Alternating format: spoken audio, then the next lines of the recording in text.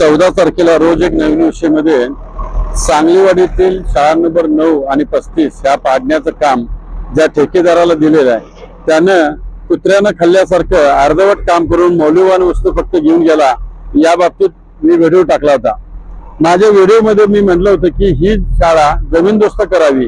हे जे काय अर्धवट इथं टाकलेलं आहे तिकडे पण अर्धवट टाकलेलं आहे हे पूर्ण भुईसपाट करून देणं हे ठेकेदाराचं काम आहे, पण ठेकेदारानं केलं नाही म्हणून मी हा विषय मांडला होता।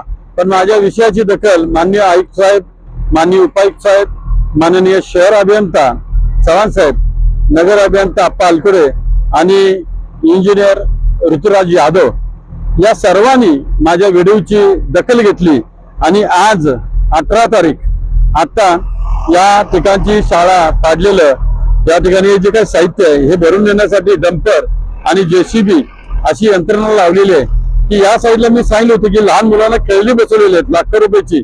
ह्या खेळण्याच्या बाजूने सुद्धा हे सगळं विस्कटून गेलेलं आहे आणि हे सगळं आता काढून मला जमीनदोस्त करून देण्याचं काम हे चालू केलेलं आहे। तर मी रोज एक नवीन विषयाच्या माध्यमातून जे जे विषय मी मांडतो ते विषय हे सगळे माझे पीडब्ल्यूडी अधिकारी असो, अगर महानगरपालिका असो, अगर इतर कोणतीही डिपार्टमेंट असो, माझे सगळे कामं होतात।